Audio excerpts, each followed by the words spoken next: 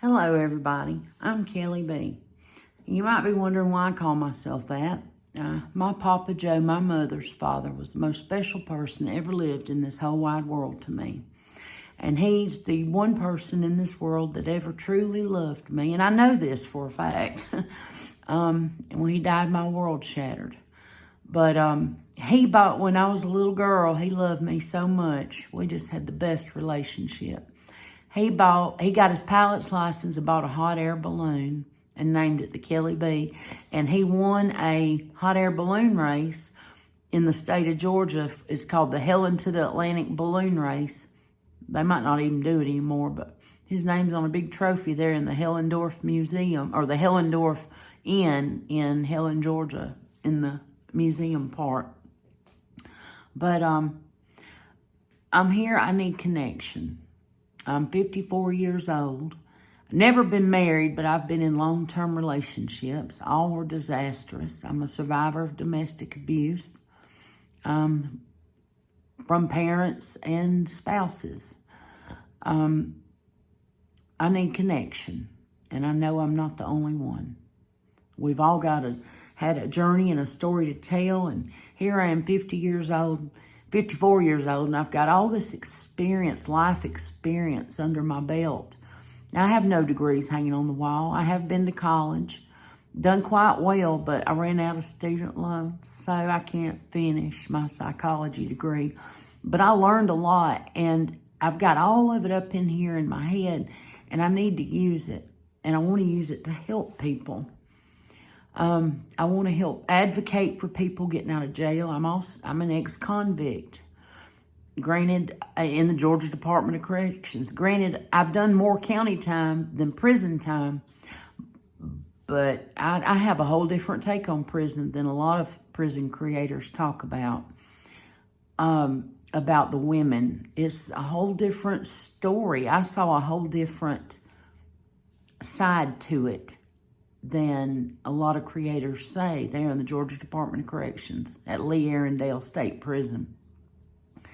It was different, but I'd like to share my stories. On one side of me slept Maria Owens, who killed a toddler in her care in the state of Georgia. She was all over the news. She slept on one side of me. On the other side of me was a woman, Juanita, I can't think of her name. And I'm not saying nothing that's not public record, because you can go to Georgia Department of Corrections and look that up, and you can look me up too.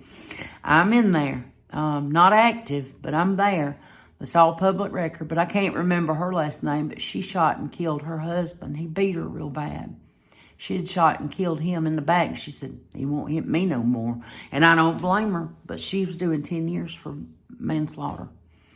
But I've got some stories to tell. I was quarantined in a dorm with anywhere from 85 to 90 women during the quarantine in 2020. So I saw a whole different take. They don't care. When you go to diagnostics, you're in there. It don't matter if you murdered somebody or if you're in there for a simple drug charge or violation of probation. That's what I was in there for. But my charges that I was on probation for were serious. They were drug charges. And I wasn't good on paper. So they revoked it, and I had to finish my time in state prison.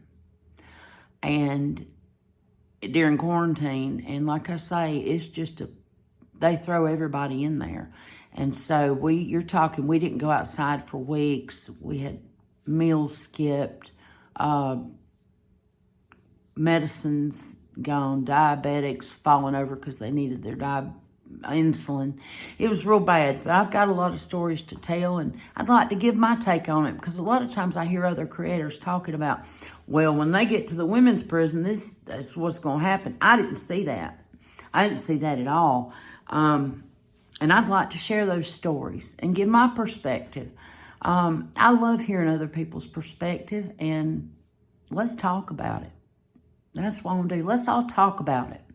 I've got my foster son. Well, he wasn't really a foster son, but I raised him. He lived at my house growing up. He did 4 to 5 years in Florida Department of Corrections. He can tell us, those of you who are interested in true crime, maybe one day we can all discuss some true crime. He can tell us what Charlie Adelson's in for. He just got out within the past year from Florida. I've got another friend who's been a crack addict who'd like to share her story, who's been homeless on the streets in Birmingham, Alabama, and her story. But it's not just that. We all need support. We all need emotional support.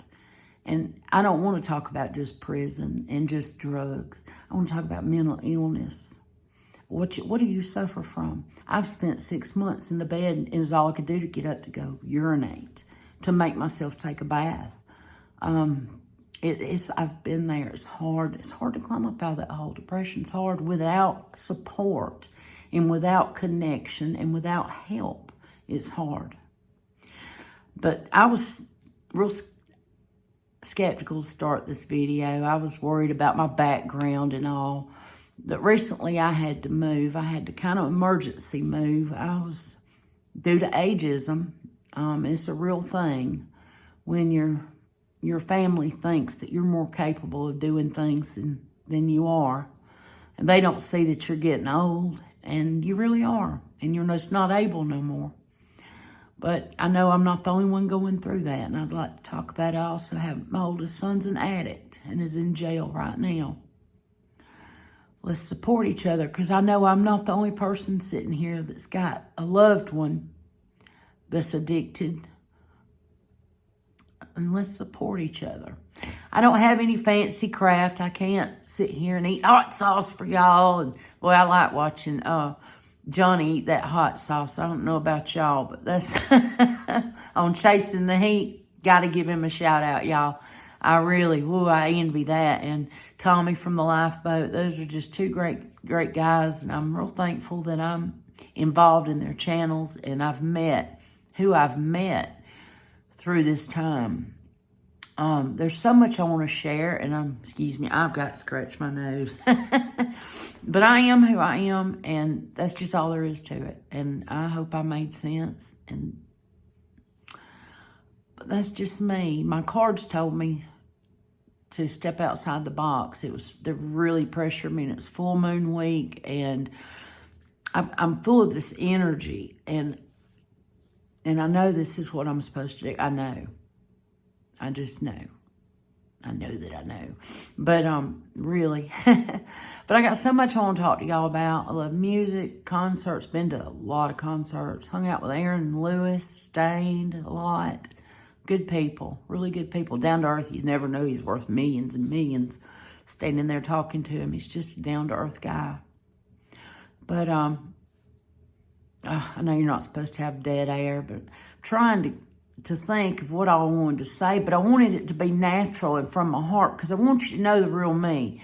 Because I just can't turn it on and do. I envy people like Andrew, Aaron Smith Levin. I envy him because he's so professional and down to it, and like Andrew Gold. And I envy that. But I look forward to getting to knowing all y'all, and let's talk about it. Let's talk about life. I think that should be the name of the channel. Let's talk about it, because there's more I want to talk about than just prison. Because that's not a part, that's who, it helped make me who I am today, but it's not who I am today. And I'd like to help people prevent going there.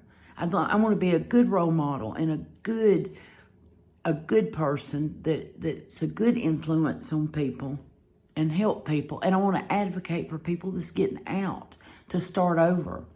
That's what I had.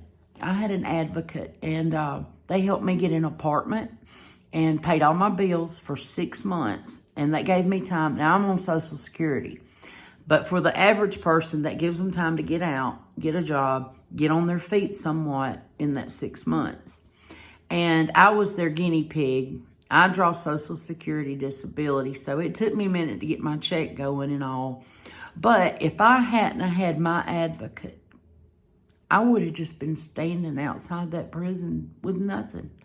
Nobody, because I had no way of getting a hold to nobody. While I was in there, my sister-in-law, who I was sharing a home with, died. She got back on drugs from being alone. She didn't like to be alone. She got back on drugs and died while I was locked up. I didn't even know. And so I got out. I didn't know how to get a hold to my kids. She had, before she died, had changed all my passwords to everything, and I could not get into anything in my life. So, what a struggle. But I made it through it. And I try to keep things backed up a little better now. But didn't know all that was going to happen at the time. But I really do. I look forward to getting to know y'all. I apologize if I've repeated myself. I did not make a script. I did not do anything fancy. I'm just me sitting in the living room, pouring my heart out to a camera that making a video that I'm going to throw out there and hope that people will care enough to subscribe, watch, and maybe even like, and come back and let's get to know each other. Let's be friends. Let's be friends, because I need some friends. I don't think where I'm living is a good place to get out and kind of mingle. But I can be friends with all y'all, and y'all need it too. And this is going to be a place to get to know each other. And until I feel comfortable going live, I'm going to try and share every day a little something. So, but I wanted this to be real. And I know I keep repeating myself. I keep repeating that. I apologize. I wanted this to be real, true, and from my heart. And I love you all, and I look forward to talking to you all. Thank you for watching.